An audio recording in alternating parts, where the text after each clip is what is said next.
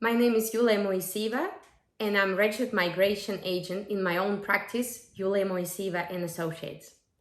Today, I would like to discuss the current trend in migration for 2021-2022 financial year program.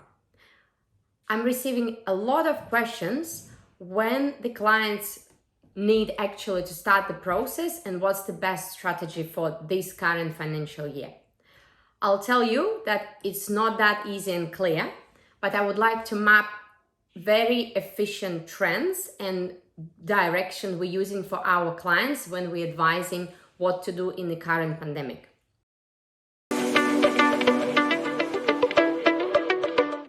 First, skilled point tested visa is basically out of question for overseas applicants right very now, because state and territories are not permitting offshore applicants to apply for any state and territory nominations.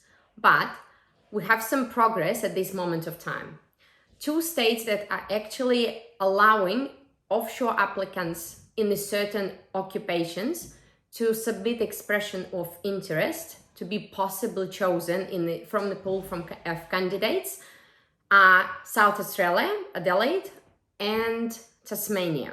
Adelaide is focusing on trade occupations with pretty high English test requirements and scoring requirements as well. While Tasmania has their own list of skills they would like to see, and the candidates will have to have this occupation from the Tasmanian skill of occupation. So what's happening, guys, if you're planning to utilize point test system migration, my best advice would be just to wait and hold on with skill assessment. Reason for that is nobody knows when the state will be reopening and what candidates will be potentially allowed under what conditions. So my best advice for you who are skilled enough is to focus on getting possible employment. So our top priority now in Australia is employer-sponsored visas.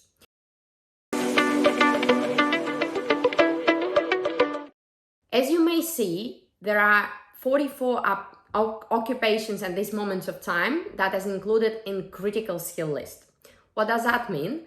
In these occupations, the employer-sponsored visa will be processed way faster, which is very good and beneficial for employers and visa candidates, meaning you can possibly enter Australia quick enough.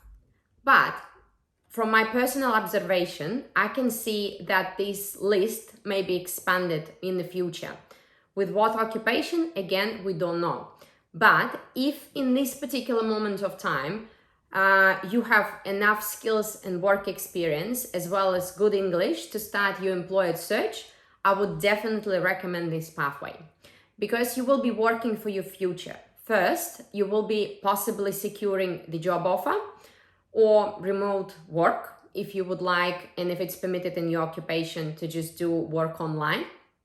Alternatively, your employer may be willing to sponsor you under your occupation for employer-sponsored visa. So my best advice for you guys, just focus on job search.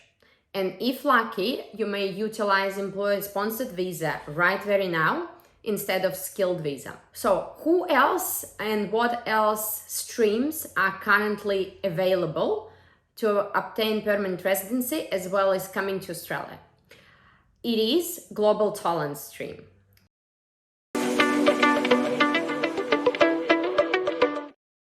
So this visa is specifically designed for high caliber candidates whose skills are within target sectors. Again, if it's your choice, you can express your desire through lodging expression of interest. And currently we're experiencing up to 6 months of wait depending on the client's case. From my practical experience, Department of Home Affairs are focusing on clients who are in Australia and clients who have PhD or high level of threshold with their income. Please be aware that you may have sufficient evidence, though your expression of interest may not be prioritized. So it's really unknown process with timing, and if and when you are invited and approved to apply for the actual visa, the visa process is very quick. We're experiencing 2 to 4 weeks turnaround on the visa application. But again, I would like to know that expression of interest may take several months to process, so be ready for that. And again, while you're waiting for expression of interest outcome, you may still be able to search for the job and potentially focus on employer-sponsored visa. So guys, you may do both options at the same time. Who else can come to Australia quick enough? Of course, it is Australian partners.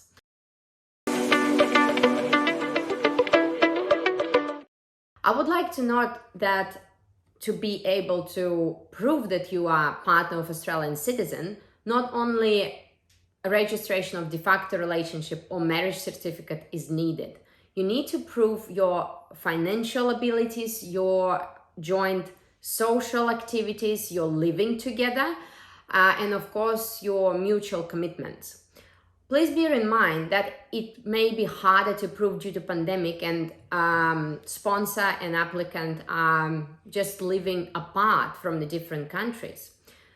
In this sense, we have a good news for prospective marriage visa holders. If you are considering this option instead of partner visa, or if you don't have enough evidence to satisfy the partner definition, you can certainly have a look at prospective marriage visa, which is currently included in the list for exemption application, meaning you have an option to actually enter Australia.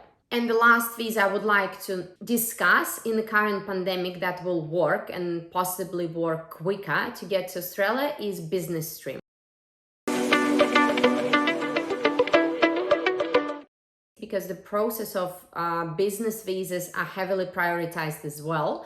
And we're expecting 6 to 12 months turnaround on the visa application, while state sponsorship application is usually considered within 1 to 2 weeks.